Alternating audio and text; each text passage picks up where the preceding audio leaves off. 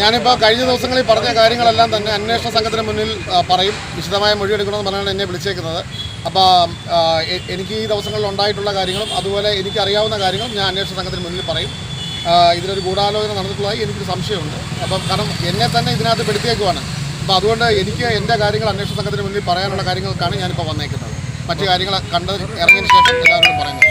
Thank you. അല്ല, ഇത് ഒറ്റ മിനിറ്റ്.